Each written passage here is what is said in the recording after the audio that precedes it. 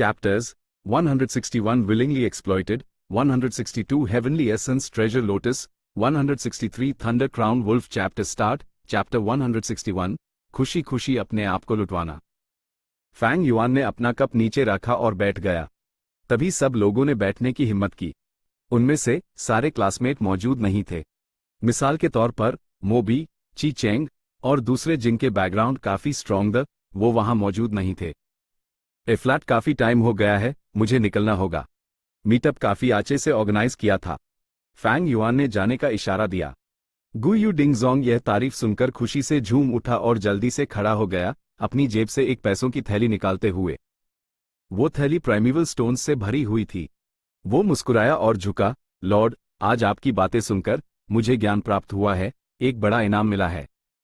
ये एक छोटा सा तोहफा है, लेकिन उम्मीद है कि लॉर्ड मेरी शुक्रिया का ये छोटा सा नजराना कबूल करेंगे। उसने ऐसी बेकार की बातें की, और पार्टी के शुरू से ही वो फैंग युआन की चापलूसी में लगा हुआ था, तो यूज ज्ञान कहां से मिलता।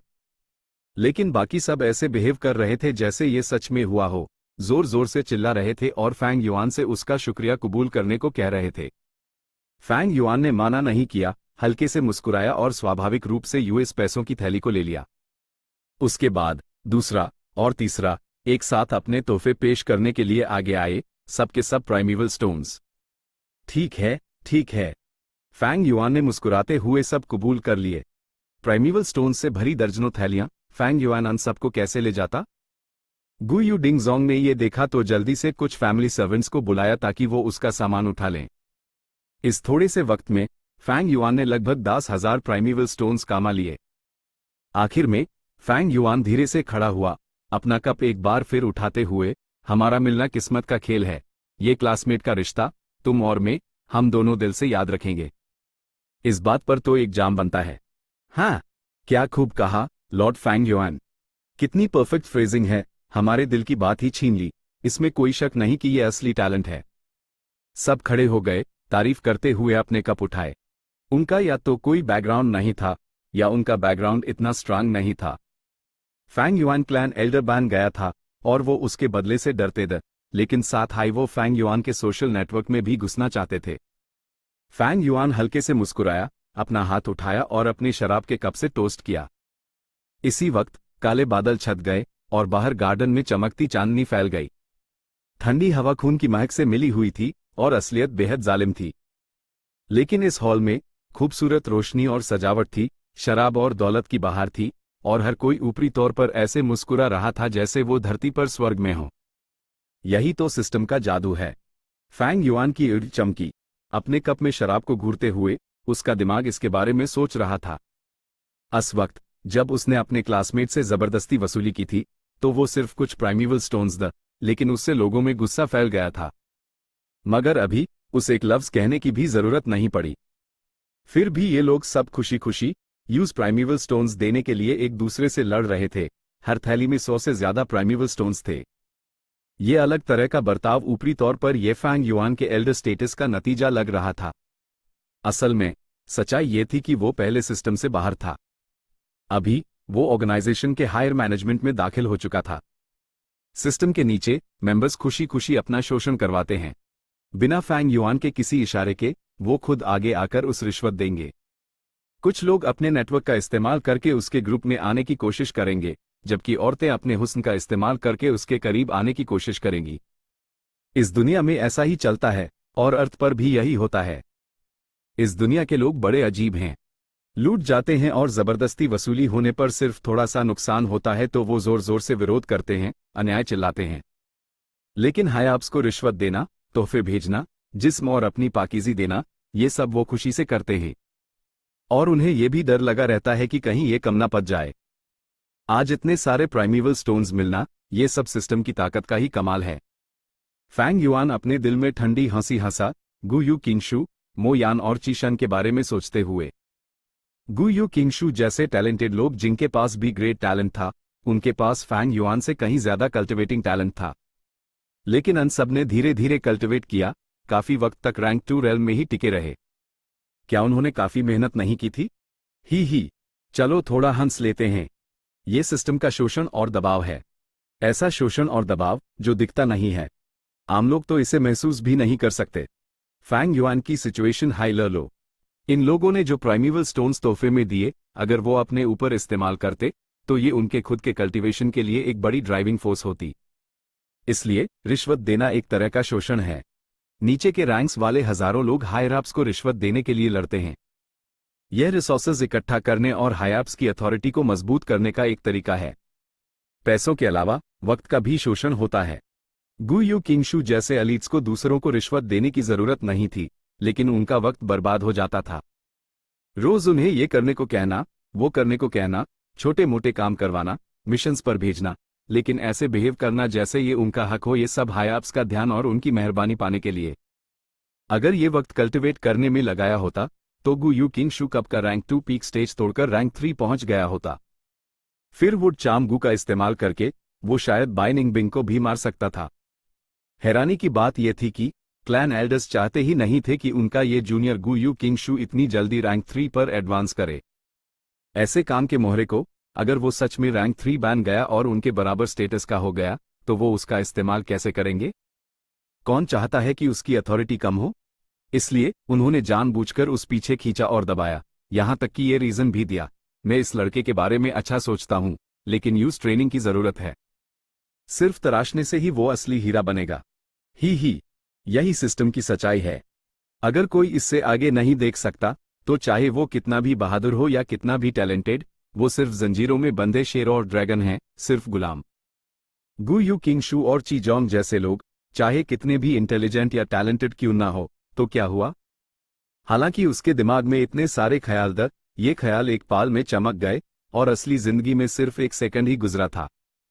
दोस्तों, पियो।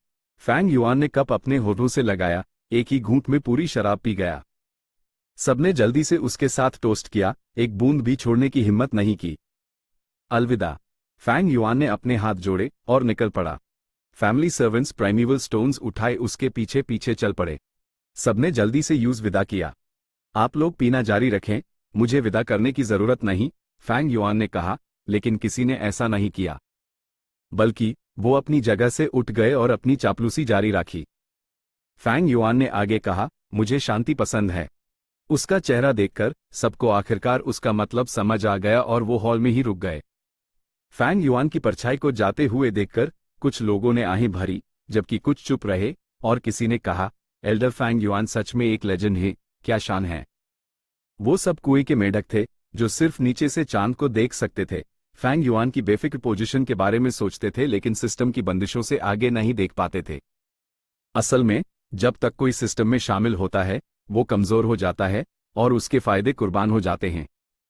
यहां तक कि क्लैन लीडर को भी कुर्बानी देनी पड़ती है। यूज क्लैन को मैनेज करना पड़ता है और इसमें उसका बहुत सारा वक्त और मेहनत लगती है। बस इतना है कि नीचे के मेंबर्स का शोषण ज्यादा बुरी तरह होता है। जिसका स्टेटस जितना ऊंचा होता है, उस उतने ही ज्यादा फायदे मिलते हैं।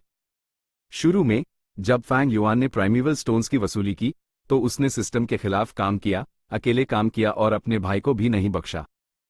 यह इस शोषण से बचने के लिए था।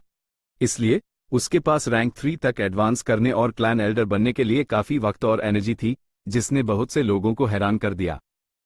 लेकिन अब जब उसमें एक बड़ा बदलाव आ गया था, एक क्लैन एल्डर बनकर उसका मिजाज नरम और अथॉरिटी और स्टेटस के साथ इज्जत वाला हो गया था। एक क्लैन एल्डर के फायदों का आनंद ले रहा था, जिसने बहुतों को जलन से भर दिया। ये अलग होना और जुड़ना, अंदर आना और बाहर जाना, गहरे ज्ञान और समझ से भरा है। लेकिन कितने लोग इस सच्चाई को साफ साफ देख पाते हैं? फैंग युआन का शोषण नहीं हुआ, लेकिन उसने फिर भी फायदे उठाए। आम लोगों की नजरों में ये बेफिक्री और शान है। ... ठीक है, चीजें टेबल पर रख दो और तुम लोग जा सकते हो, फैंग युआन ने कहा। फैमिली सर्वेंट्स ने कोई एतराज करने की हिम्मत नहीं की, चुपचाप चीजें नीचे रखी और फैंग युआन को झुककर सलाम करने के बाद चले गए। ये अब वो किराए का अपार्टमेंट नहीं था जिसमें फैंग युआन पहले रहता था। एल्डर बनने के बाद क्लैन ने उसे एक बिल्कुल नया बैम्बू बिल्डिंग अलॉट किया था। बैम्बू बिल्डिंग में एक स्टडी रूम और बैंड दरवाजे के पीछे कल्टीवेशन के लिए एक सीक्रेट रूम था, लेकिन कोई फैमिली सर्वेंट्स नहीं थे। फैंग युआन को उन्हें खुद ढूंढना था। टूजिता फ्लावर, बाहर आओ, फैंग युआन ने अपने दिल में सोचा और अपने व्हाइट सिल्वर प्राइमेवल एसेंस के इंजेक्शन के साथ उसकी जीभ पर टैटू के रूप में बसा टूजिता फ्लावर तुरंत जिंदा हो गया। उसने अपना मुंह खोला और थूका तो देखा कि एक लाल रोशनी निकली जब तुसीता फ्लावर धीरे धीरे हवा में एक लैंटर्न की तरह घुमा, तैरता हुआ उसके सामने आ गया। फैंग युआन ने तुसीता फ्लावर को एक्टिवेट किया। तुरंत लाल रोशनी चमकी और पूरे एरिया को लाल रंग में रंग दिया। जब लाल रोशनी प्राइमेवल स्टोन्स के टुकड़ों पर पड़ी तो एक अदृश्य खिंचाव हुआ और सारे स्टोन्स अपनी थैलियों से बाहर निकलकर तुसीता फ्लावर में समा गए। एक पल बाद लाल रोशनी गायब हो गई और फैंग युआन ने अपना मुंह खोला। तुसीता फ्लावर एक बार फिर उसके मुंह में चला गया, उसकी जीभ पर उतरा और एक लाल फूल लैंटर्न टैटू में बदल गया। ये तुसीता फ्लावर एक रैंक 3 गू है जो प्राइमेवल स्टोन्स और दूसरी चीजें स्टोर कर सकता है। रैंक 3 स्टोरेज गू में से ये बेहतर वालों में से एक है जो मैक्सिमम 30,000 प्राइमेवल स्टोन्स स्टोर कर सकता है। लेकिन ये सोचते हुए कि मुझे दूसरी चीजें भी स्टोर करनी है, ज्यादा से ज्यादा शायद 15,000 प्राइमेवल स्टोन्स आएंगे। हालांकि वो इस गू वर्म का इस्तेमाल पहली बार कर रहा था, अपनी पिछली जिंदगी के अनुभव से वो जल्दी से गू की लिमिट का अंदाजा लगा सकता था। प्राइमेवल स्टोन्स एक गू मास्टर के कल्टीवेशन के लिए सबसे बुनियादी रिसोर्स हैं, इसमें कोई शक नहीं। बिना प्राइमेवल स्टोन्स के गू मास्टर्स के पास ड्राइविंग फोर्स की सख्त कमी होगी। और प्राइमेवल स्टोन्स प्राइमेवल एसेंस को तेजी से रिस्टोर करने में भी मदद करते हैं, इसलिए लड़ाई में इससे बहुत मदद मिलती है। खासकर अकेले सफर करने वाले गू मास्टर्स के लिए प्राइमेवल स्टोन्स सफर के लिए सबसे बुनियादी सुरक्षा हैं। आमतौर पर उन्हें कम से कम 10,000 प्राइमेवल स्टोन्स की जरूरत होती है ताकि एक गू मास्टर की बुनियादी जरूरतें कुछ समय के लिए पूरी हो सकें, और हर कुछ समय बाद उन्हें रिप्लेनिशमेंट की जरूरत पड़ती है। 15,000 प्राइमेवल स्टोन्स की बचत फैंग युआन के लिए अभी भी बहुत कम थी, लेकिन एक ऐसी रंगे में थी जिसे स्वीकार किया जा सकता था। पहले मैंने चिलियन से 3,000 प्राइमेवल स्टोन्स उधार लिए और आज की कमाई के साथ मुझे कुछ वक्त के लिए प्राइमेवल स्टोन्स की चिंता करने की जरूरत नहीं है। 6 क्लासिफिकेशंस में मेरे पास अटैक और डिफेंस के लिए ब्लड मून गू और स्काई कैनपी गू हैं, मूवमेंट के लिए थंडरविंग्स, स्टोरेज के लिए तुसीता फ्लावर और रिकॉन के लिए अर्थ कम्युनिकेशन ये ग्रास है। मुझे सिर्फ एक हीलिंग गू की कमी है, फैंग युआन ने हिसाब लगाया। उसके पास पहले एक 9 लीफ वाइटैलिटी ग्रास थी, लेकिन फैंग युआन ने उस पहले ही दे दिया था, इसलिए यूज तुसीता फ्लावर मिल सका। लेकिन इस रैंक 2 9 लीफ वाइटैलिटी ग्रास के लिए फैंग युआन के पास होने के बावजूद हीलिंग एबिलिटी संतोषजनक नहीं थी। रैंक 3 हीलिंग गू वॉर्म्स कुछ अच्छे हैं। एंडलेस वाइटैलिटी गू लगातार हीलिंग दे सकता है और कम प्राइमेवल एसेंस खर्च करता है। इस मामले में ये मेरे जैसे कम एप्टीट्यूड वाले गू मास्टर्स के लिए सबसे अच्छा है। एक अनडाइंग ग्रास भी है, एक गू जो मुझे बचा सकता है जब तक मेरी एक सांस बाकी है। ये सबसे अच्छा लाइफ प्रिजर्वेशन टाइप का गू है। सबसे बेहतरीन सेल्फ रिलायंस गू है जो गू मास्टर की अपनी ताकत पर निर्भर करता है। गू मास्टर की ताकत जितनी ज्यादा होगी उतना ही वो गू मास्टर के मेटाबॉलिज्म को स्टिम्युलेट कर सकता है और इस तरह घाव तेजी से ठीक होते हैं। लेकिन इन तीनों गू वॉर्म्स को फैंग युआन कैसे हासिल कर सकता था? गू यू क्लैन में उसने अंडरग्राउंड गुफा भी चेक की, लेकिन वहां ऐसा कोई गू नहीं मिला। रिसोर्स बोर्ड पर वो इतना कीमती गू डिस्प्ले भी नहीं करेंगे। एक ही उम्मीद फ्लावर वाइन मोंग की इनहेरिटेंस में है, लेकिन इसके चांसेस बहुत कम द फैंग युआन को बस नाम मात्र की उम्मीद थी। वो महसूस कर सकता था कि फ्लावर वाइन मोंग की इनहेरिटेंस खत्म होने वाली है। आखिर में वही गू कैसे हो सकता है जिसकी फैंग युआन को जरूरत है? अगर ऐसा होता तो ये बहुत ज्यादा परफेक्ट, बहुत ज्यादा आदर्शवादी होता। लेकिन फैंग युआन जानता था कि ये दुनिया कितनी जालिम है। ऐसी चीज पर भरोसा करना ये बचपना है। लेकिन फिर भी मुझे इस इनहेरिटेंस ग्राउंड की पूरी जांच करनी होगी। कम से कम इस चेनसॉ गोल्डन सेंटिपीड के लिए मुझे उस काबू करना ही होगा, फैंग युआन ने दिल में सोचा। Chapter 162 heavenly essence treasure lotus. हालांकि उसने फ्लावर वाइन इनहेरिटेंस ग्राउंड की जांच करने की प्लानिंग की थी, फैंग युआन को इसके लिए टाइम ही नहीं मिल पा रहा था। उसके एल्डर स्टेटस की वजह से बहुत से लोग यूएस पर नजर रखे हुए द और वुल्फ टाइड के बिजी शेड्यूल के साथ कई लड़ाइयां लड़नी पड़ी और उस वहां से निकलने का मौका नहीं मिला। जब तक वो यूएस पत्थर की दरार वाली सीक्रेट केव में लौटा 10 दिन से ज्यादा हो चुके थे। गर्मियों का अंत, रात का समय।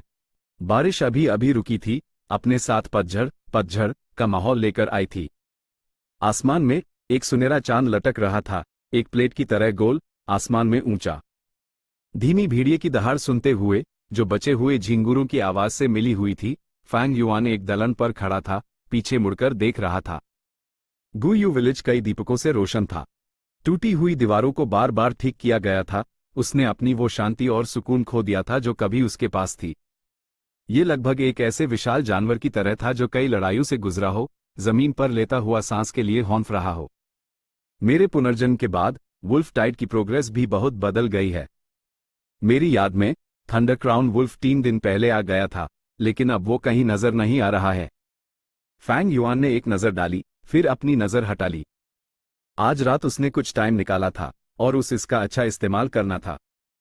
एक पल बाद वो फिर से पत्थर की दरार वाली सीक्रेट केव में दाखिल हुआ। केव के एंट्रेंस को जानबूझकर ग्रे राख से ढका गया था। उस पर कभी भी कदमों के निशान नहीं थे, जिससे पता चलता था कि ये जगह अभी तक किसी ने नहीं खोजी थी। इस तरह के छोटे मोड डिटेक्शन मेथड को प्रोफेशनल नहीं कहा जा सकता, लेकिन फैंग युआन के अनुभव ने उन्हें अच्छा इस्तेमाल करना सिखाया था। ऑफ कोर्स, उसके पास सिर्फ एक ही सावधानी का तरीका नहीं था, और कई लेयर्स की चेकिंग के बाद उसने आखिरकार कंफर्म किया कि यह सीक्रेट केव फिलहाल के लिए सेफ है। उसने राहत की सांस ली। आखिरकार उसके पुनर्जन्म के बाद बहुत सी चीजें बदल गई थी। खासकर वुल्फ टाइड के दौरान गू मास्टर्स ज्यादा घूमते थे, इसलिए हो सकता है किसी ने ये जगह खोज ली हो। वो टनल में घुसा और दूसरे सीक्रेट रूम में गया। पत्थर का दरवाजा धकेलकर वो पत्थर के जंगल में दाखिल हुआ। पत्थर के जंगल में जो रास्ता उसने कभी खोदा था वो फिर से जड़े आई स्टोन मंकीज से भर गया था। लेकिन ऐप का फैंग युआन पहले से हाई एक रैंक 3 गू मास्टर था। हालांकि ब्लड मून गू के पास रैंक 3 गू वॉर्म्स में सबसे ज्यादा अटैकिंग पावर नहीं थी, ये मूंगलो गू से कहीं बेहतर थी। फैंग युआन ने CHEH घंटे लगाए, लगभग 10 बंदरों के ग्रुप को खत्म किया और अपने लिए एक नया रास्ता खोला। वो सबसे सेंट्रल एरिया में आया और खुरदरी पत्थर की सीढ़ियों से नीचे उतरा, तीसरे सीक्रेट रूम में दाखिल हुआ।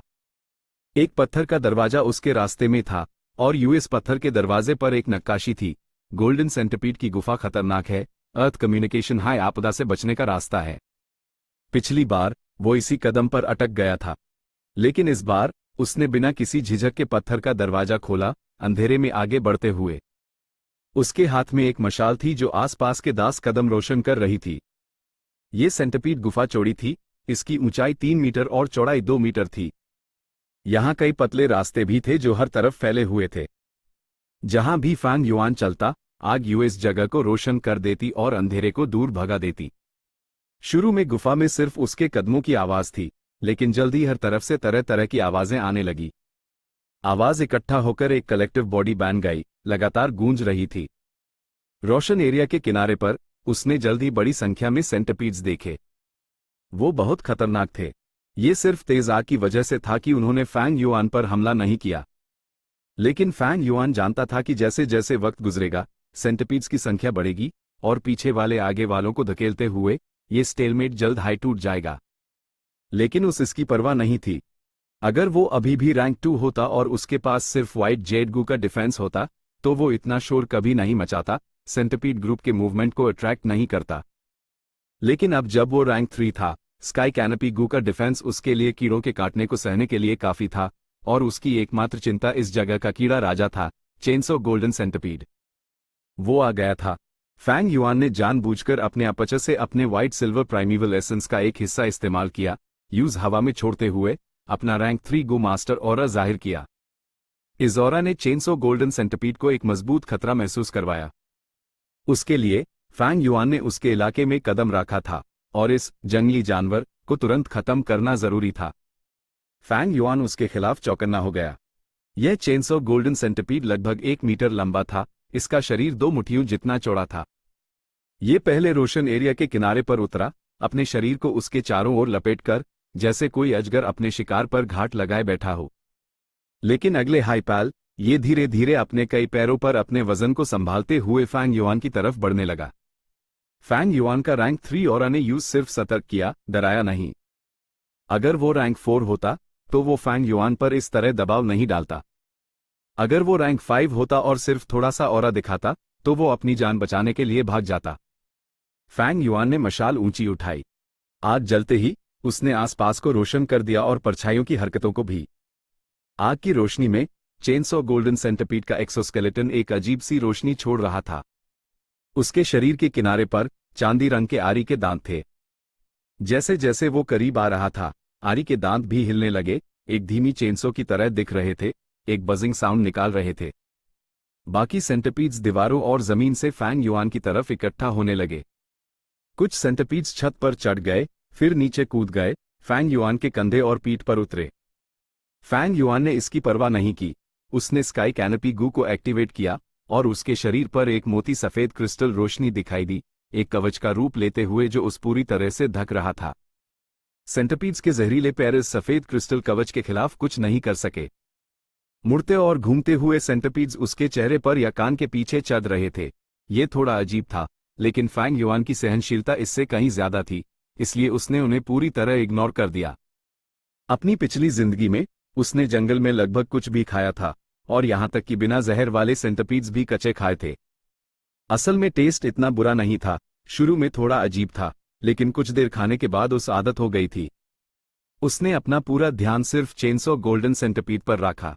चेनसो गोल्डन सेंटिपीड धीरे धीरे बढ़ रहा था, फैंग युआन और अपने बीच की दूरी कम कर रहा था। जब उनके बीच 3 से 4 कदम की दूरी रह गई, फैंग युआन ने व्हाइट सिल्वर प्राइमेवल एसेंस को लीक होने से रोक दिया और इससे उसका ऑरा तुरंत कमजोर हो गया। चेनसो गोल्डन सेंटिपीड ने यह तेजी से महसूस किया, इसलिए उसने तुरंत अपनी स्पीड बढ़ा दी, एक सुनहरी लकीर की तरह बढ़ते हुए। फ्यू! पलक झपकते ही उसने दूरी कम कर ली और फैंग युआन के पेट के चारों ओर लपेट गया। यह स्पीड सच में बहुत तेज थी। पहले यह बिल्कुल मोशनलेस दिखा, फिर जिस पाल यह हिला, यह एक सुनहरी रोशनी की तरह दौड़ा। जब तक फैंग युआन रिएक्ट कर पाता, यह चेनसो गोल्डन सेंटिपीड पहले ही एक सांप की तरह उसकी कमर के चारों ओर लपेट चुका था, अपना मुंह खोलकर फैंग युआन के चेहरे पर हमला करने के लिए। फैंग युआन ने जल्दी से अपने दोनों हाथ फैलाए, इस सुनहरे सेंटिपीड का सिर पकड़ लिया। चेनसो गोल्डन सेंटिपीड ने जद्दोजहद की, और फैंग युआन, जिसके पास 2 सूरन की ताकत थी, को लगा कि उसकी ताकत काफी नहीं है। खासकर जब चेनसो गोल्डन सेंटिपीड के दोनों ब्लेडेड एजेस तेजी से हिलने लगे। Clank clank clank! एक मजबूत खींचने और काटने की ताकत स्काई कैनोपी गू की सफेद रोशनी पर रगड़ रही थी। एक ही बार में फैंग युआन का व्हाइट सिल्वर प्राइमेवल एसेंस तेजी से खर्च हो गया जब सफेद रोशनी चेनसो से रगड़ी, जिससे चिंगारियां निकलने लगी। फैंग युआन का प्राइमेवल एसेंस सिर्फ initial stage light silver primeval essence था, और सिर्फ 42% स्टोरेज के साथ ये इतना खर्च नहीं सह सकता था। लेकिन फैंग युआन बेपरवाह था। भले ही वो चेनसो गोल्डन सेंटिपीड से छुटकारा नहीं पा सका, उसके पास एक ट्रम्प कार्ड था, स्प्रिंग ऑटम सकाडा। उसने अपने दिल में सोचा और स्प्रिंग ऑटम सकाडा का साया उसके अपचे से निकला। स्प्रिंग ऑटम सकाडा धीरे धीरे ठीक हो रहा था। उसके दोनों पंख ताजे पत्तों की तरह नर्म और नए थे, और साथ ही उसके शरीर पर एक शाही लकड़ी की चमक थी। लेकिन कुल मिलाकर यह अभी भी मौत का एक मुरझाया हुआ एहसास दे रहा था। यह लगभग 20% ठीक हो चुका था, इसलिए इसका ऑरा बहुत मजबूत था। जैसे ही यह ऑरा लीक हुआ, वो चेनसो गोल्डन सेंटिपीड जो जोर शोर से स्ट्रगल कर रहा था, तुरंत सरेंडर हो गया। यह सिर्फ एक रैंक 3 जंगली गू वर्म था। रैंक 6 स्प्रिंग ऑटम सकाडा के ऑरा के सामने उसने हिलने की हिम्मत भी नहीं की। फैंग युआन ने इसे सबसे ज्यादा महसूस किया। पहले वो अभी भी चेनसो गोल्डन सेंटिपीड को एक जहरीले अजगर की तरह पकड़े हुए था, उस काटने से रोकने के लिए हर तरीका अपना रहा था। अगले हाईपैल, ये एक नर्म और बेनुकसान रस्सी बन चुका था। फैंग युआन हल्के से मुस्कुराया, अपने व्हाइट सिल्वर प्राइमेवल एसेंस को यूएस चेनसो गोल्डन सेंटिपीड पर इस्तेमाल करते हुए जो लगभग हार मान चुका था। फैंग युआन की इच्छा बिना किसी रुकावट के काम कर गई, उसकी जंगली चेतना को पूरी तरह से मिटा दिया। कुछ ही सांसों में chainsaw golden centipede Fang Yuan द्वारा रिफाइन हो चुका था। फैंग युआन ने दोनों हाथ छोड़ दिए। चेनसो गोल्डन सेंटिपीड के कई सेगमेंट्स एक रिदम में हिले, सफेद प्रोटेक्टिव आर्मर के ऊपर से गुजरते हुए और फैंग युआन की कमर के चारों ओर, आखिर में मुड़ते हुए और उसके हाथ के चारों ओर लपेट गए। आसपास के सेंटिपीड ग्रुप्स एक सिमटती हुई लहर की तरह चले गए। जंगली चेनसो गोल्डन सेंटिपीड अपनी प्राकृतिक चेतना के कारण कीड़ों के ग्रुप पर हावी होने में सक्षम था। लेकिन अब जब फैंग युआन की इच्छा ने उसकी जगह ले ली, तो चेनसो गोल्डन सेंटिपीड ने ग्रुप के साथ कम्युनिकेट करने और कंट्रोल करने की अपनी क्षमता खो दी। फैंग युआन ने इन सेंटिपीड्स को खत्म नहीं किया, बल्कि उन्हें जाने दिया। शायद 1 दर्जन साल बाद एक नया चेनसो गोल्डन सेंटिपीड पैदा हो सकता है, लेकिन इसका अब फैंग युआन से कोई लेना देना नहीं था। उसने चेनसो गोल्डन सेंटिपीड को अपने कंधे पर लटकने दिया जब वो गुफा की गहराइयों में जांच कर रहा था। इस सेंटिपीड टनल में बहुत से रास्ते थे, और कुछ देर चलने के बाद मुख्य रास्ता 3 शाखाओं में बंट गया। फैंग युआन ने पहले अर्थ कम्युनिकेशन ये ग्रास का इस्तेमाल किया और कुछ देर बाद उसने बीच वाले रास्ते को हटा दिया। दाएं तरफ का रास्ता चुनते हुए वो आधे घंटे तक चला और एक डेड एंड पाया। उस सिर्फ पीछे मुड़कर बाएं रास्ते से जाना पड़ा। चेनसॉ गोल्डन सेंटिपीड को पास रखकर वो सेंटिपीड ग्रुप्स को डरा सकता था और उन्हें जहां भी वो जाता वहां से दूर हटा सकता था, सुनहरे सेंटिपीड के ऑरा की वजह से। इससे उसकी खोज में बहुत मदद मिली। बाएं रास्ते में घुसने के कुछ ही देर बाद दूर गए सेंटिपीड ग्रुप ने एक गुफा का खुलासा किया और वहां उस कुछ सुराग मिले। ये इंसानों द्वारा बनाए गए निशान हैं। फैंग युआन का दिल खुश हो गया। बहुत साफ था कि ये रास्ता शुरू में फ्लावर वाइन मोंक ने 1000 ली अर्थवुल्फ स्पाइडर का इस्तेमाल करके खोदा था। फैंग युआन इस रास्ते पर धीरे धीरे चला, सब्र से जांच करते हुए। इस रास्ते में बहुत से सेंटिपीड्स दी और ये फैंग युआन के लिए एक और अच्छी खबर थी। इसलिए क्योंकि जिन इलाकों में कीड़ों के ग्रुप रहते थे वहां उसने त्रापों की संभावना को खत्म कर दिया था। ये टनल उसके अनुमान से लंबा था। फैंग युआन ने 12 घंटे से ज्यादा लगाए और 3 ली की दूरी तय की। दलदल धीरे धीरे नीचे जा रही थी जब फैंग युआन एक गहरी ZAMENDOJ जगह के पास पहुंचा। हर थोड़ी देर में वो रुकता और अर्थ कम्युनिकेशन ईयर ग्रास का इस्तेमाल करके किसी भी संभावित खतरे को दूर करता। स्वूश स्विश, ये कैसी आवाज है? फैंग युआन ने आखिरकार एक अजीब सी आवाज सुनी। तुरंत उस समझ आ गया कि ये क्या है। ये पानी है, कहीं ऐसा तो नहीं? उसका ख्याल तेजी से चला जब उसके दिमाग में एक आइडिया आया। टनल के अंत में उसने एक क्रिस्टल दीवार देखी और क्रिस्टल दीवार के पीछे पानी था। पानी में एक राख ग्रे रंग की नदी थी जो एक स्पाइरल में बह रही थी, एक छोटे से टॉर्नेडो की तरह अनंत रूप से एक सेल्फ सफिशिएंट सिस्टम में घूम रही थी। जैसा मैंने सोचा था, ये एक नेचुरल एसेंस स्प्रिंग है। ये देखकर फैंग युआन का ध्यान खींच गया। जल्द ही उसने देखा कि इस पानी वाली क्रिस्टल दीवार के पीछे स्प्रिंग में कुछ और भी था। नीले और सफेद रंगों की एक फूल की कली एक दूसरे के पीछे स्प्रिंग के पानी में आराम से तैर रही थी। यह तो हेवनली एसेंस ट्रेजर लोटस है, फैंग युआन CHAU का गया। अनुवादक की टिप्पणी, ये टनल उसके अनुमान से लंबा था। फैंग युआन ने 12 घंटे से ज्यादा लगाए और 3 ली की दूरी तय की। ली 500 मीटर होता है। मुझे नहीं पता उसने सिर्फ 1.5 किलोमीटर चलने में 12 घंटे क्यों लगाए लो। ये कोई एग्जैजरेशन भी नहीं है। अनुवादक के विचार, चाइनीज फोरम्स में एक जोक है। वो हमेशा कहते हैं जब भी लेखक किसी चीज पर गलती करता है, जैसे कि एक युग कितना पुराना है, वो कहते हैं, क्या तुम नहीं जानते? गू जेन रेन की मैथमेटिक्स की स्किल उसके PE स्पोर्ट्स टीचर ने सिखाई थी। इसका सार यह है कि लेखक की मैथ्स बहुत खराब है या कुछ और। Chapter 163 thunder crown wolf. जब फैंग युआन ने हेवनली एसेंस ट्रेजर लोटस को देखा, उसके दिल में कई शंकाएं दूर हो गई। वो लगभग अंदाजा लगा सकता था कि क्या हुआ होगा। समय में पीछे जाते हुए 1000 साल पहले एक अकेला रैंक 5 गू मास्टर किंग माओ पहाड़ पर आया और इत्तेफाक से इस जमींदोज प्राकृतिक आत्मा झरने को ढूंढ लिया। वो खुश हो गया और यहीं बस गया। उसने पहाड़ के दामन में रहने वाले आम गांव वालों को एक साथ मिलाना शुरू किया, जिससे गुयू विलेज का पहला रूप बना। उसने 100 से ज्यादा बीवियां और रखेले राखी, बेपरवाही से अपनी वंशावली फैलाई। वो गुयू क्लैन का पूर्वज था, गुयू विलेज का संस्थापक। वक्त गुजरता गया और वो मर गया। पहली पीढ़ी का अंत हुआ, फिर दूसरी, तीसरी और आखिर में चौथी पीढ़ी तक पहुंची। चौथी पीढ़ी के क्लैन लीडर के पास अ ग्रेट एप्टीट्यूड था और उसने रैंक 5 तक कल्टिवेट किया, क्लैन के लिए एक और सुनहरा युग बनाया। एक दिन एक डेमोनिक पद का गू मास्टर गांव में आया। वो गंजा और हट्टा कट्टा था, गुलाबी कपड़े पहनता था और अकेला घूमता था। उसका पसंदीदा शौक मासूम औरतों को अपवित्र करना था। वो डेमोनिक पाथ का मशहूर शैतान था, फ्लावर वाइन मॉन्क। किसे पता था कि इस फ्लावर वाइन मॉन्क को कौन सी किस्मत मिली थी कि use heavenly essence treasure lotus को रिफाइन करने का रेसिपी पता चल गया। कई तैयारियों के बाद यूज इस फूल गू को रिफाइन करने के लिए सिर्फ एक प्राकृतिक आत्मा झरने की कमी थी। हर तरफ ढूंढने के बाद उसने आखिरकार गुयू विलेज का आत्मा झरना चुना। पहले उसने मून ऑर्किड खरीदने के बहाने गुयू क्लैन के हाई अप्स के करीब जाना शुरू किया और गुयू क्लैन के बारे में जानकारी हासिल की। बाद में चौथी पीढ़ी के क्लैन लीडर के साथ लड़ाई में वो अपनी जबरदस्त ताकत से पूरी तरह से जीत हासिल करने में कामयाब रहा। उसने न सिर्फ चौथी पीढ़ी के प्रमुख को मारा, बल्कि बहुत से एल्डर्स को भी मार गिराया। लेकिन उसका शरीर मून शैडो गू से संक्रमित हो गया था। मून शैडो गू की क्षमता प्राइमीवल एसेंस को रोकना थी और ये जानलेवा नहीं थी। लेकिन फ्लावर वाइन मॉन्क अगर हेवनली एसेंस ट्रेजर लोटस को रिफाइन करना चाहता था तो वो बेपरवाही से कत्ल ए आम नहीं कर सकता था, क्योंकि इससे बहुत ज्यादा ध्यान खींचता और प्रोग्रेस में रुकावट आती। इसलिए उसने चीजों को अंधेरे में करना चुना। उसने 1000 ली अर्थवुल्फ स्पाइडर का इस्तेमाल करके एक सुरंग खोदी, चुपके से इस इलाके तक पहुंच गया। उसने पहले से जो पूरी तैयारियां की थी और पर्याप्त सामग्री के साथ वो आत्मा झरने में हेवनली एसेंस ट्रेजर लोटस को रिफाइन करने में कामयाब रहा। हेवनली एसेंस ट्रेजर लोटस का बैकग्राउंड असाधारण था।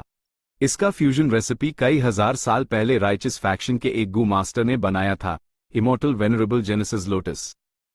हेवनली एसेंस ट्रेजर लोटस सिर्फ एक रैंक 3 फूल गू था, लेकिन इसका एडवांसमेंट रूट था और ये rank 6 heavenly essence treasure imperial lotus बन सकता था, जो टॉप 10 ग्रेट इमॉर्टल गू रैंकिंग्स की लिस्ट में 6ठे स्थान पर था। इसकी कीमत लगभग स्प्रिंग ऑटम सकाडा के बराबर थी। हेवनली एसेंस ट्रेजर लोटस को एक पोर्टेबल आत्मा झरने के रूप में जाना जाता था, क्योंकि ये प्राइमेवल स्टोन्स पैदा कर सकता था। लेकिन इसके फ्यूजन प्रोसेस की कीमत बहुत ज्यादा थी। हेवनली एसेंस ट्रेजर लोटस को रिफाइन करने के लिए एक प्राकृतिक आत्मा झरना होना जरूरी है। ये झरना प्राइमेवल एनर्जी से भरा होना चाहिए और ऐसा आत्मा झरना नहीं हो सकता जिसका इस्तेमाल कई सालों से किया गया हो, जिसके भंडार सूख रहे हों। फ्यूजन सफल होने के बाद यह आत्मा झरना पूरी तरह से बेकार हो जाएगा और प्राइमेवल स्टोन्स पैदा करने की अपनी क्षमता खो देगा, बस एक साधारण झरना बन जाएगा। एक प्राकृतिक आत्मा झरना बेहद कीमती होता है। इस बात को समझने के लिए बस ये देखना काफी है कि इस आत्मा झरने ने लगभग 1000 साल तक गुयू क्लैन के न गिनत गू मास्टर्स को सहारा दिया है। एक हेवनली एसेंस ट्रेजर लोटस को रिफाइन करना इस आत्मा झरने को पूरी तरह से नाश कर देगा। लेकिन ये तो बस शुरुआत थी। अगर इसे रैंक 4 तक एडवांस करना होता तो इसे 7 आत्मा झरने, रैंक 5 पर 9 और रैंक 6 के लिए 11 की जरूरत पड़ती। इसके अलावा कई बेहद कीमती गू वॉर्म्स की भी सहायक सामग्री के रूप में जरूरत पड़ती। अगर मेन यह हेवनली एसेंस ट्रेजर लोटस ल लूं तो ये मेरे साथ एक छोटा सा आत्मा झरना लेकर चलने जैसा होगा। हेवनली एसेंस ट्रेजर लोटस सिर्फ एक रैंक 3 गू है, इसलिए इसका रोजाना का प्राइमेवल स्टोन्स उत्पादन एक आम आत्मा झरने से तुलना नहीं कर सकता, लेकिन इतनी मात्र मेरे कल्टीवेशन के खर्चे को पूरा करने के लिए काफी होगी। ये इसके फायदे में से सिर्फ एक था। हेवनली एसेंस ट्रेजर लोटस द्वारा उत्पन्न प्राइमेवल स्टोन्स 9 लीव्स वाइटैलिटी ग्रास से होने वाली कमाई से कहीं ज्यादा थे। प्राइमेवल स्टोन्स न सिर्फ कल्टीवेशन को आगे बढ़ाने में मदद करते हैं, ये एक एक्सचेंजेबल करेंसी भी हैं। ट्रेजर लोटस के साथ फैंग युआन अपने साथ ले जाने वाले प्राइमेवल स्टोन्स की मात्रा कम कर सकता था। टूजिटा फ्लावर का इस्तेमाल फिर अलग अलग चीजें स्टोर करने के लिए किया जा सकता था, जिससे यूएस पर बोझ काफी कम हो सकता था। लेकिन मैंने सुना है कि ट्रेजर लोटस का फ्यूजन प्रोसेस काफी रहस्यमयी होता है। ये कहीं से भी पैदा हो जाता है, जिसके दौरान ये एस्ट्रल और फिजिकल फॉर्म के बीच बदलता रहता है। आम लोग इसे देख नहीं सकते और इसे सिर्फ क्रिस्टल के जरिए साफ देखा जा सकता है।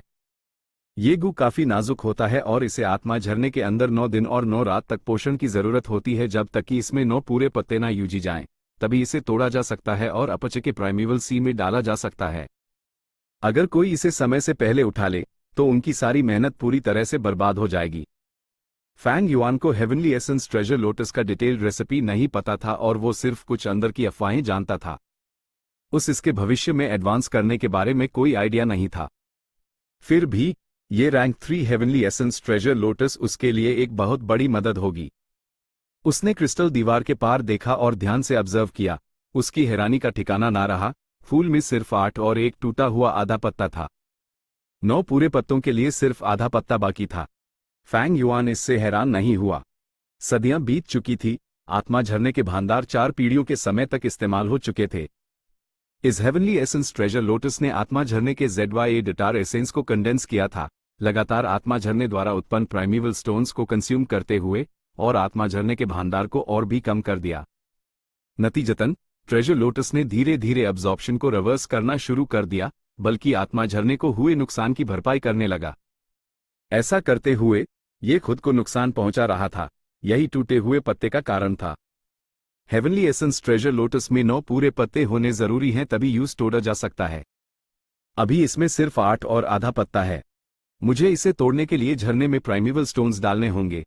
प्राइमेवल स्टोन्स आत्मा झरने का क्रिस्टलाइजेशन वो ट्रेजर लोटस को पोषण दे सकते थे और उस फिर से बढ़ने दे सकते थे। लेकिन इस आधे टूटे हुए पत्ते को कम मत समझो। इसे वापस उगने के लिए बहुत सारे प्राइमेवल स्टोन्स की जरूरत पड़ेगी। अगर मैं गलत नहीं हूं तो यह क्रिस्टल दीवार एक मोट गू से बनी होनी चाहिए।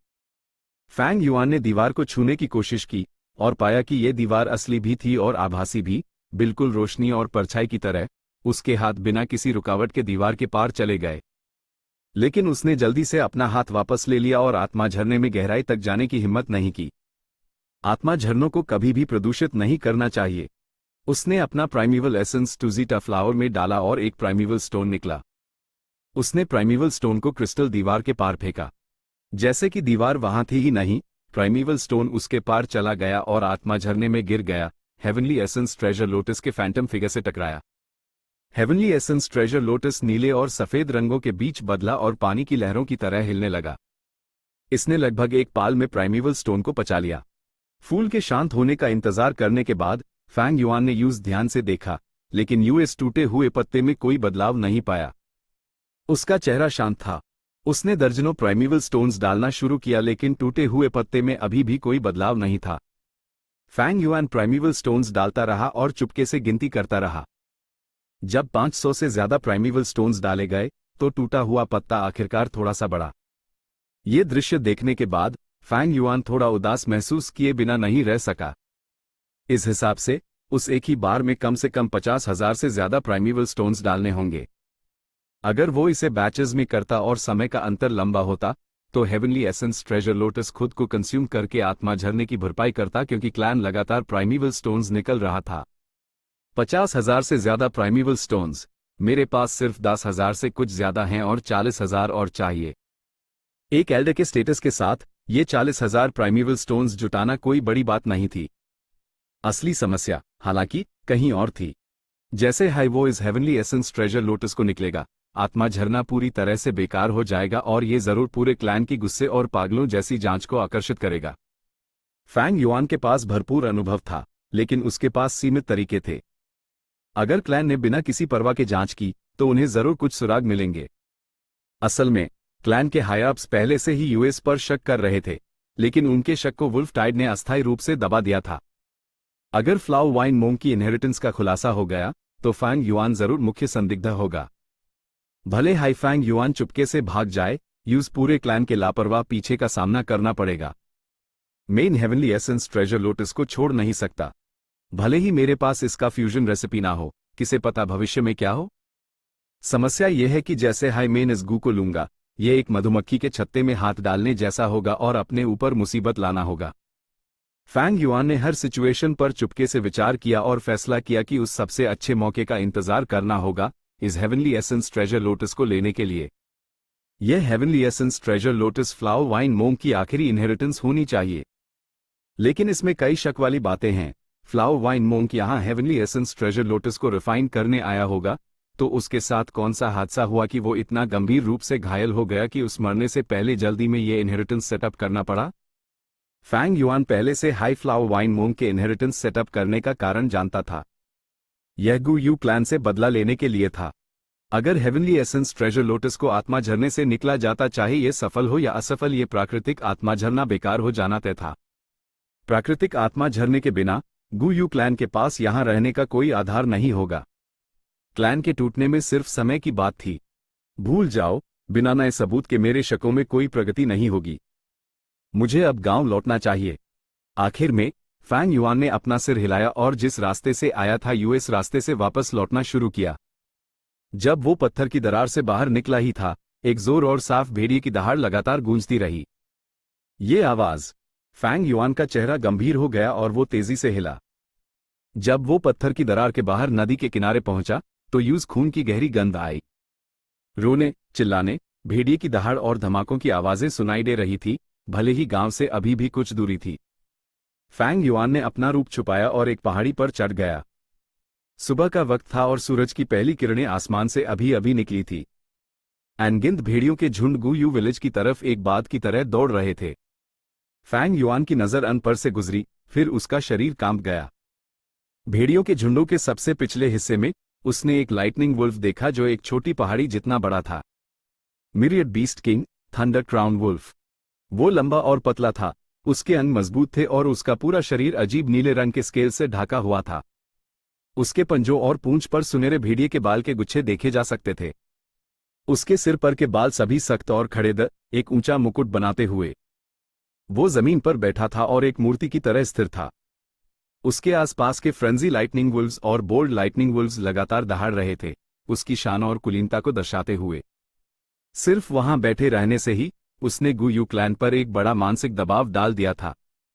मिरियड बीस्ट किंग आखिरकार आ गया है, ये गु यू विलेज के अस्तित्व के लिए निर्णायक पाल है। फैंग युआन ने गांव की तरफ देखा। अनगिनत गु मास्टर्स घमसान युद्ध में थे, अपनी पूरी ताकत से वुल्फ टाइड के जोशीले हमले को रोकने की कोशिश कर रहे थे। अचानक गांव से लगभग 10 फिगर्स उड़े और वुल्फ टाइड के खिलाफ दौड़े, थंडर क्राउन वुल्फ की तरफ बढ़ते हुए। वो सभी एल्डर्स दी और उनके आगे क्लैन लीडर गु यूबो था। अनुवादक के विचार, तूफान की शांति खत्म हो गई है, अब लहरों की पहली लहर आई है। शायद आप में से कुछ को 1 महीने के लिए पढ़ना बैंड कर देना चाहिए, क्योंकि यह आपके सेहत के लिए अच्छा नहीं होगा। क्लिफ हैंगर्स आपको मार डालेंगे जब तक पहली किताब चैप्टर 199 पर खत्म नहीं हो जाती। चैप्टर 164, घमासान युद्ध। अगर किसी को थंडर क्राउन वुल्फ से लड़ना है तो पहले हमला करना होगा। उसकी ताकत बहुत ज्यादा है और अगर उस गांव में घुसने दिया गया तो वो निश्चित रूप से बड़े नुकसान और तबाही का कारण बनेगा। इस ग्रुप की क्षमताएं बहुत बड़ी थी। रैंक 4 क्लैन लीडर गु यू बो के नेतृत्व में और उसके एल्डर्स के सहयोग से वो एक मजबूत हमला करने वाली फोर्स थे। वुल्फ टाइड जोरों से बढ़ रही थी, फिर भी वो उसके खिलाफ सावधानी और कम्पैक्ट सहयोग के साथ गए। जैसे कि ग्रुप एक युद्धपोत हो, लहरों को चीरता हुआ बहादुरी से आगे बढ़ रहा था। जहां भी वो गए, वो लगभग सब कुछ साफ कर रहे थे। जैसे जैसे वो थंडर क्राउन वुल्फ के करीब पहुंचे, वुल्फ टाइड से आने वाला प्रेशर बढ़ता गया। गु यूबो शांत और स्थिर था। अचानक उसने अपना दाहिना हाथ बढ़ाया और अपने सामने काट दिया। स्वूश! एक सुनहरे रंग का मून ब्लेड, जो एक वयस्क इंसान जितना बड़ा था, एक पाल में बना और सामने की तरफ उड़ गया। स्वूश स्वूश स्वूश! कुछ मीटर आगे उड़ने के बाद इस मून डिस्क में अचानक एक बदलाव आया और एक ब्लेड से ये 3 बन गया। 3 मून ब्लेड्स एक दूसरे के साथ उड़ रहे थे, हवा की सीटी की आवाज लाते हुए जैसे चाकू मांस को काट रहे हों। 3 खूनी रास्ते बना दिए। कई भेड़िए बिना किसी अपवाद के गिर गए। टूटे हुए अंग हवा में उड़े और दर्दनाक चीखें लगातार सुनाई दी। एक फ्रेंजी लाइटनिंग वुल्फ ने गरज कर गु मास्टर्स की तरफ दाएं तरफ से तेजी से दौड़ना शुरू कर दिया। मुझे करने दो। एक क्लैन एल्डर अचानक एक पतले और सूखे रूप से एक सांस में एक बड़े मोटे आदमी में बदल गया। एक धमाके के साथ उसने अपने गोल पेट का इस्तेमाल किया और फ्रेंजी लाइटनिंग वुल्फ को दूर फेंक दिया। फ्रेंजी लाइटनिंग वुल्फ एक तूफान की तरह आया था और टक्कर की ताकत जितनी ज्यादा थी, उतना हाई मजबूत बाउंस बैक था। यूज हवा में ऊंचा उछाला गया, एक आग काटते हुए और फिर आखिरकार 100 मीटर दूर गिर गया। दूसरे एल्डर्स हर तरह की क्षमताएं दिखा रहे थे। कुछ के लंबे बाल सुई जैसे थे, लगातार निकलकर लाइटनिंग वुल्व्स को साफ कर रहे थे। उनमें से कुछ के शरीर हल्के कवच से ढके हुए भेड़ियों के फाड़ने और काटने को जबरदस्ती सह रहे थे। थंडर क्राउन वुल्फ आधे बैठे हुए स्टेट से धीरे धीरे अपने पैरों पर खड़ा हुआ। उसने गु मास्टर्स की तरफ मजबूती से देखा जो उसकी तरफ दौड़ रहे थे और भेड़िए की काली एनी में चेतावनी चमकी। उसने अपना मुंह खोला और एक धीमी दहाड़ मारी, अपने तेज और नोकीले भेड़िए के दांत दिखाए। हर एक फ्रेंजी लाइटनिंग वुल्फ और बोल्ड लाइटनिंग वुल्फ जो उसकी दहाड़ सुनता, तुरंत उठ जाता और गु मास्टर्स की तरफ दौड़ता। गु मास्टर्स तुरंत अपने चार्ज में धीमे हो गए, उन्हें बड़ी रुकावट का सामना करना पड़ा। क्लैन लीडर, ये सब आप पर छोड़ता हूं। क्लैन एल्डर्स, आपको जीतना ही होगा। कई एनी चमकी और अन पर इकट्ठा हो गई। अनजान संख्या में रैलिंग के नारे और चीखे क्लैंसमैन के दिलों की गहराइयों से सुनाई दी। ये सबसे महत्वपूर्ण युद्ध था। अगर वो युद्ध हार जाते तो पूरा क्लैन खत्म होने के खतरे का सामना करता। अगर जीत सुनिश्चित होती तो उन्होंने वुल्फ टाइड के सबसे कठिन पाल का सामना कर लिया होता। ये वो युद्ध था जो गु यू क्लैन के जीवन और मृत्यु का फैसला करेगा। कोई भी एल्डर पीछे नहीं हटा। वो खून में लटपट आगे बढ़े। भले ही उन्होंने कोई संख्या नहीं खोई, उनमें से कोई भी चोट से बचा नहीं था। उन्होंने अपने आसपास की सभी बाधाओं को खत्म कर दिया जब तक कि उनका सामना थंडर क्राउन वुल्फ से नहीं हुआ, फिर उसकी तरफ चार्ज किया। थेरेपी लाइट गु। अचानक एक मध्यम उम्र की महिला क्लैन एल्डर ने अपने दोनों हाथ फैलाए और एक शुद्ध सफेद गर्म रोशनी उबली। रोशनी पहले क्लैन लीडर के शरीर पर बही और फिर हर दूसरे क्लैन एल्डर पर रिफ्लेक्ट हुई। ये एक रैंक 3 हीलिंग गु था जिसमें एरिया ऑफ इफेक्ट प्रॉपर्टीज थी और ये तुरंत गु मास्टर्स के घावों से खून बहना बैंड कर सकता था। हल्के घाव पूरी तरह से ठीक हो जाते, जबकि भारी घाव आधे ठीक हो जाते। लड़ाई जारी रखो। गु यू बो ने जोर से दहाड़ा। 5 क्लैन एल्डर्स ने सिग्नल सुनते ही अपने हाथ घुमाए और एक मून ब्लेड आसमान की तरफ फेंका। अचानक एक क्लैन एल्डर दहाड़ा जब उसके शरीर की सभी मांसपेशियां फट गई और 3 गुना बढ़ गई, एक सफेद फर वाले विशाल वानर में बदल गया। वो ग्रुप के सामने कूड़ा, उसके हाथ जुड़े हुए थे। गु यूबो ने उसके दोनों हाथों पर पैर रखा और एक धीमी दहाड़ के साथ वानर ने जमीन से छलांग लगाई और अपनी कमर को खींचा, अपने शरीर की सारी ताकत का इस्तेमाल करके गु यूबो को आसमान में उछाल दिया। मून इनवाइट गु यूबो ने अपना बायां हाथ फैलाया, उससे एक धुंधली वर्लपूल जैसी बैंगनी चांदनी निकल रही थी। क्लैन एल्डर्स ने आसमान की तरफ जो मून ब्लेड्स मारे थे, वो सब इस बैंगनी चांदनी द्वारा सोख लिए गए और जोड़ दिए गए। स्लैश! गु यूबो की ईंट चमकी जब वो एक गरजती आवाज में चिल्लाया, अपने हाथों से हवा को ऊपर से नीचे तक चीरता हुआ। फ्यू! हवा और बिजली की गूंज उठी जब एक बैंगनी मूनब्लेड, जो एक घोड़ा गाड़ी से भी बड़ा था, थंडर क्राउन वुल्फ की तरफ उड़ा। ये मूनब्लेड धीमा दिख रहा था लेकिन असल में तेज था, और एक पाल में उसने अपने लक्ष्य को भेद दिया। थंडर क्राउन वुल्फ दहाड़ा और आखिरी पाल में उसके शरीर पर एक बिजली का कवच आ गया। बम! अगले हाईपैल एक तेज धमाका हुआ जब आसमान अजीब नीली बिजली से भर गया जो बैंगनी मोहक चांदनी का मुकाबला कर रही थी। कई लोगों ने अपनी ऊँगली मूंदे जब टक्कर से शॉकवेव्स फैली, आसपास के आम लाइटनिंग वुल्फ्स को दूर फेंकते हुए। जब तेज रोशनी कम हुई, गू मास्टर्स पहले से हाई थंडर क्राउन वुल्फ के साथ युद्ध में लगे हुए थे। क्लैन एल्डर्स सभी बहुत अनुभवी थे और एक दूसरे के साथ अच्छी तरह से कोऑर्डिनेटेड थे। एक बुजुर्ग मास्टर जिसके सफेद बाल तैर रहे थे, उससे लगातार सुई की तरह चीजें निकल रही थी जैसे बारिश हो। दूसरी तरफ एक महिला गू मास्टर अपनी नाक से आग की लपटें फूंक रही थी जैसे कि लिंगरिंग SAAMP, और उसने संतरी आग की एक लहर फेंकी और एक ही समय में 2 तरफ हमला किया। 3 और गू मास्टर दी एक सफेद वानर में बदल गया, जबकि दूसरे ने अपने मांसपेशियों को सिर से पांव तक लोहे में बदल दिया जब वो दोनों थंडर क्राउन वुल्फ को काबू करने की कोशिश कर रहे थे। तीसरा गू मास्टर अनंत संख्या में पपेट गू फेंक रहा था, अपना प्राइमिवल एसेंस डालकर उन्हें बेल कवच वाले घास सैनिक या लाल भाले वाले लकड़ी के सेवक में बदल रहा था, उन्हें आने वाले हमले को आकर्षित करने के लिए चारे के रूप में इस्तेमाल कर रहा था। हीलिंग गू मास्टर्स बारी जी हियर में खड़े समय समय पर थेरेपी लाइट गू का इस्तेमाल कर रहे थे।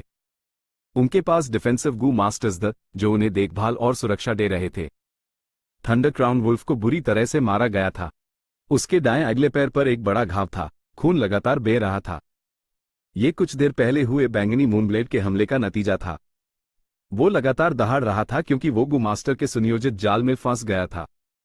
भले ही उसमें लड़ने का जोश था, वो ज्यादा कुछ नहीं कर सकता था। गू मास्टर्स उसके चारों ओर बिल्लियों या कुत्तों पर फ्लीस की तरह घूम रहे थे और कूद रहे थे। वो लगातार घूमते रहे और स्पेस खींचकर पूरी केमिस्ट्री के साथ काम किया। लेकिन अच्छी स्थिति ज्यादा देर तक नहीं चली, क्योंकि थंडर क्राउन वुल्फ धीरे धीरे अनुकूल होने लगा, जबकि उसके शरीर पर घाव ठीक होने का नाम नहीं ले रहा था। ये साफ था कि उसके शरीर पर एक हीलिंग गू था। ये बहुत बुरी खबर थी। हीलिंग गू का अस्तित्व ये मतलब था कि ये एक वॉर ऑफ एट्रिशन है। जंगली गू हवा से सीधा नेचुरल एसेंस इस्तेमाल कर सकते थे, जबकि गू मास्टर्स सिर्फ अपने अपचर से प्राइमिवल एसेंस इस्तेमाल कर सकते थे। जब युद्ध 15 मिनट तक पहुंचा, तो थंडर क्राउन वुल्फ अचानक आसमान की तरफ दहाड़ा और बिजली की चमक की एक धारा ने उसके पूरे शरीर को घेर लिया, जबकि उसकी गति अचानक 1 गुना बढ़ गई। जो एल्डर सफेद वानर में बदल गया था, वो समय पर बच नहीं पाया। इस बदलाव पर रिएक्ट न कर पाने के कारण यूज थंडर क्राउन वुल्फ ने काट लिया और उसकी खोपड़ी को भेड़िए के खींचने से 2 टुकड़ों में फाड़ दिया गया। थंडर क्राउन वुल्फ ने युद्ध मोर्चे में एक दरार डाल दी थी और अपनी पूंछ के लगातार झटकों से बैंगनी नीले विद्युत प्रवाह निकले।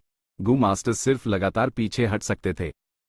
इस खतरनाक पैल में क्लैन लीडर गू यूबो सामने आया। वो एक रैंक 4 एक्सपर्ट था जिसके पास शक्तिशाली हमले और बेहतरीन रक्षा थी। जैसे ग्रुप का केंद्रीय स्तंभ अपनी पूरी ताकत से स्थिति को संभालने की कोशिश कर रहा था।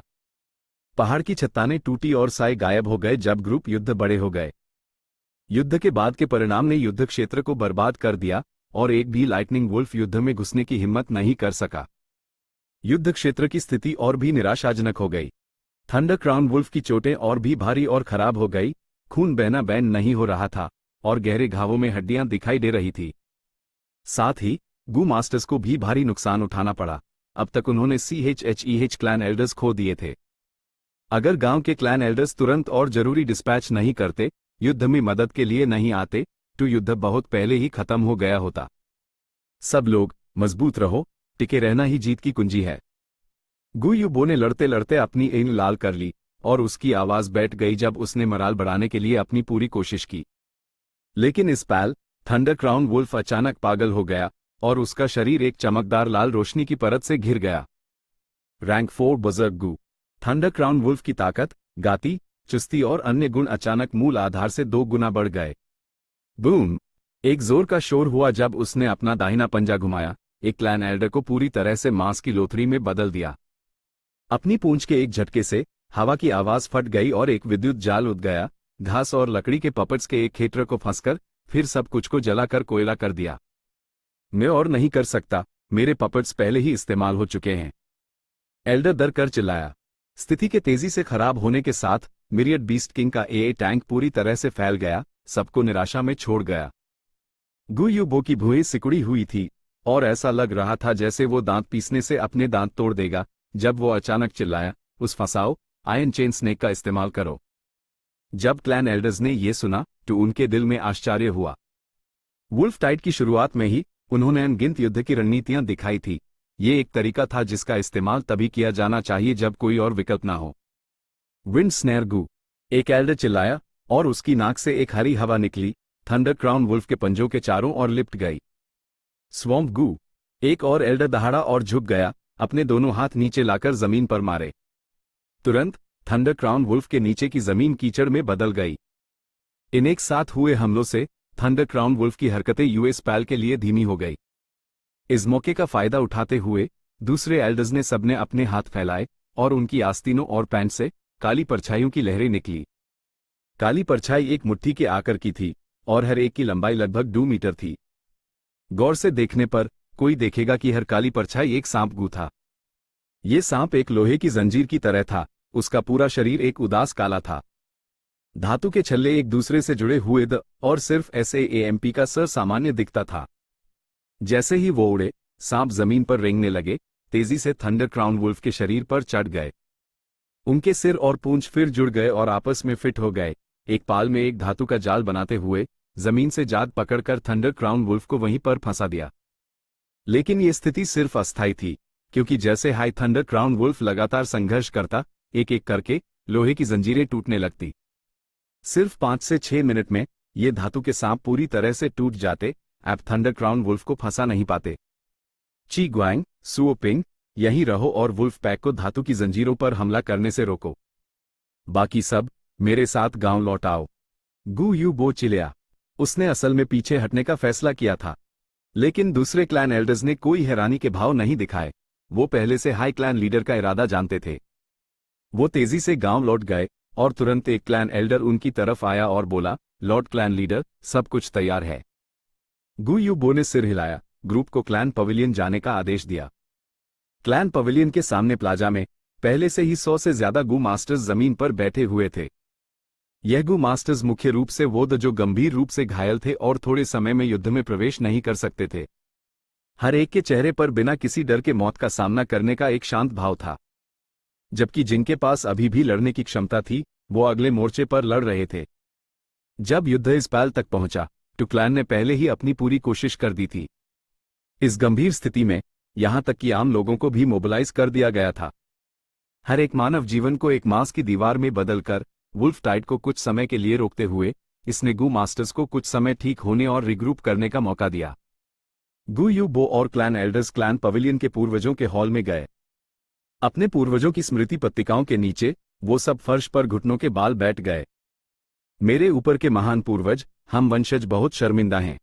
वुल्फ टाइड उफान पर है और गांव जीवन और मृत्यु की स्थिति में आ गया है।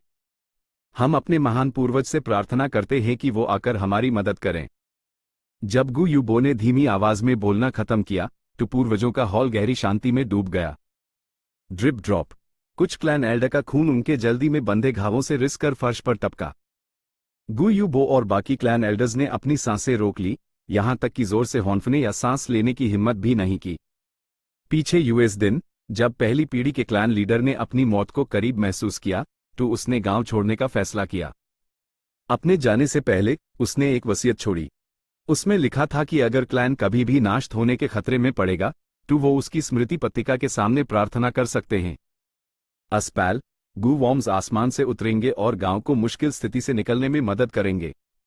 इतिहास में गू यू क्लैन ने कई बार बड़े संकटों का सामना किया था और उन्होंने इस तरह से आपदा का सामना किया था। यह गू यू क्लैन का आखिरी ट्रम्प कार्ड था। Chapter and.